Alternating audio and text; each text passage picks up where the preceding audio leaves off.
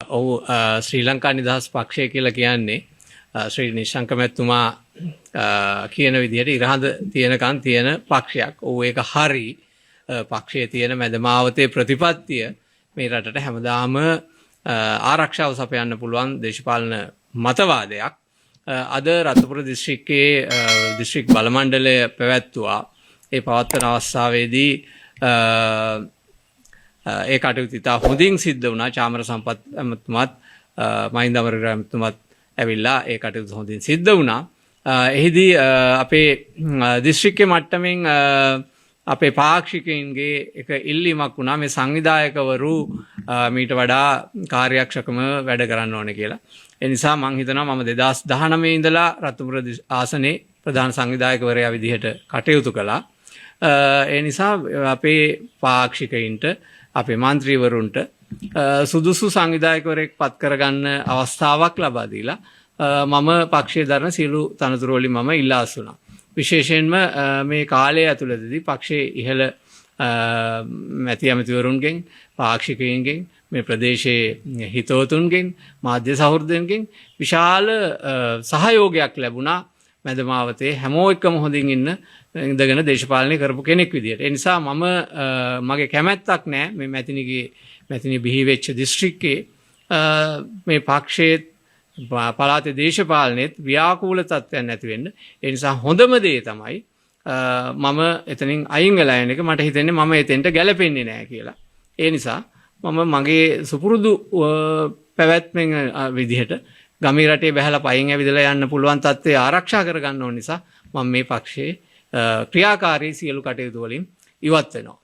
ඔබතුමා නීතිඥවරයෙක් වුණේ ඔබතුමා පවසනවා ඔබතුමාට සුදුසු නැහැ කියලා. ඒ සුදුසු නැහැ කියලා ඔබතුමා විසින් ඒක තේරෙන්නේ ඒත් එක්ක ඉන්න අනිත් අයට සාපේක්ෂවයි. එතකොට දොඩම් ගොඩේ දොඩම් තියෙන්න ඕනේ, ඇපල් ගොඩේ ඇපල් තියෙන්න ඕනේ. ඒ වගේ මේ ඒ දේශපාලනේ ඒ වටපිටාවේ ඉන්න අනිත් අයත් එක්ක දේශපාලනය කරන්න සුදුසුද කියන ප්‍රශ්නේ මට ඇති වෙනවා. ඒ නිසා මම නොසුදුසුයි ඒ කණ්ඩායමට කියන අදහස මට ඇති වුණා. ඒතර තව දෙයක් තියෙනවා ඔබතුමා පොඩි පෞගේ කාලේ පොඩි ආරංචියක් ඔබතුමා රජයට පක්ෂව මේ උදව් කරා කියලා අර මේ මැතිවරණවලදී. එතකොට ඒ වගේ දෙයක් සිදු වුණාද මොකද ඒකේ දේශපාලනය කියලා කියන්නේ හවුස් මීට් එකක් වගේනේ.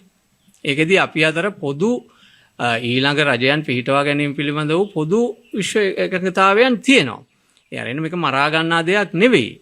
ඒ අරගෙන දේශපාලන පක්ෂයට ද්‍රෝහි වෙන කිසිදු කටයුත්තක් මම දන්න තරමින් කරලා නැහැ. හැබැයි ඉතින් මේ පළාතේ දේශපාලනය කරන සියලු දෙනා මම පුද්ගලිකව අඳුරනයි. පඟතොටේදී හම්බ වෙන අය අපි ඕනෑම තැනක දේශපාලන කටයුතුත් අනිත් කටයුතුත් පළාතේ අනිකුත් සිද්ධ වෙන කටයුතු පිළිබඳව සාකච්ඡා කරනවා, කතා බහ කරනවා. අපි අපේ පළාත පිළිබඳ තීරණ ගන්නවා. ඒ ඇරෙන්න දේශපාලන පක්ෂ වශයෙන් වෙනත් කිසිදු කණ්ඩායමක් එක්ක පක්ෂ විනයට පටහැනිව කටයුතු කරලා නැහැ. ඔබ ඉදිරි දේශපාලන කටයුතු සඳහා වෙනත් මාර්ගයක් සොයා ගන්නවද? මම දැන් කාලයක් තිස්සේ එක දිගටම දේශපාලනය කරලා මේ ටිකේ මම බොහොම විවේකයෙන් ඉන්න තමයි බලාපොරොත්තු වෙන්නේ. අපි කාලයක් තිස්සේ ජෝන්සන් රත් ඇමතුමා මේ ආසනෙන් ඉවත් වුණායින් පස්සේ මම පක්ෂයේ ඉතාම අමාරු කාලයක පක්ෂය වෙනුවෙන් කටයුතු කරලා දීලා තියෙනවා. ඉදිරියේ කුමක් කරනවද කියන එක ඇති වෙන තත්ත්වයන් එක්ක තමයි තීරණය කරන්න ඕනේ. මේ ටිකේ මම විවේකයෙන් ඉන්න බලාපොරොත්තු වෙනවා. නෑ කිසිම සිත්සැවුලක් නෑ. අපිට දේශපාලනේ බොහොම පුරුදුයි. අපි 88 89 බොහොම ඊට වඩා බරපතල දේශපාලන බිඳ වැටීම් වලට එනවා. ඊට පස්සේ දිගින් දිගටම අපි වැඩ කරපු නායකයෝ මේ පිට මැරලා වැටෙනවා. ඒ නිසා මේ අනිත් එක ශ්‍රී ලංකා නිදහස් පක්ෂය කියන්නේ මේ එහෙම කලකිරෙන, එහෙම නැත්නම් පසුබට වෙන, එහෙමත් නැත්නම් බය වෙන දේශපාලන පක්ෂයක් නෙවෙයි. එතින්දී මේක රිලේ එක වගේ එක එක්කෙනාට පැවරෙන කාල සීමාවක් තියෙනවා. මම හිතනවා මගේ ශ්‍රී ලංකා නිදහස් පක්ෂය තුල සිටින කාලය අවසන් වගේ. ඒ නිසා අලුතෙන් කණ්ඩායමකට පත් කරගෙන යන්න අවස්ථාවක් දීමක් විතරයි මම කරන්නේ. පවතින රජයේ පිළිබඳ ඔබතුමාගේ විස්තරات මොකද්ද? දැන් පවතින රජයේ ඔව් පවතින රජය විශේෂයෙන්ම මේ අලුත්ම කේන්ද්‍ර 159කින් යුක්ත අලුත් රජයක්. අපි ඉතිහාසයත් එක්ක අරන් බලපුවහම පැවතිච්ච හැම රජයක්ම කලින් රජයට වඩා යම් යම් ප්‍රගතිශීලී පියවර අරන් තියෙනවා. 70 ආණ්ඩුවට වඩා සමහර දේවල් 77 ආණ්ඩුවේ වෙනස් වෙලා තියෙනවා. 77 ආණ්ඩුවට වඩා 94 ආණ්ඩුවේ අලුත් පියවරවල් ප්‍රගතිශීලී දේවල් ඇවිල්ලා තියෙනවා. එතකොට පහුගිය රජයට වඩා මේ ආණ්ඩුවෙත් සමහර ප්‍රගතිශීලී දේවල් තියෙනවා. විශේෂයෙන්ම රාජ්‍ය පාලනයේ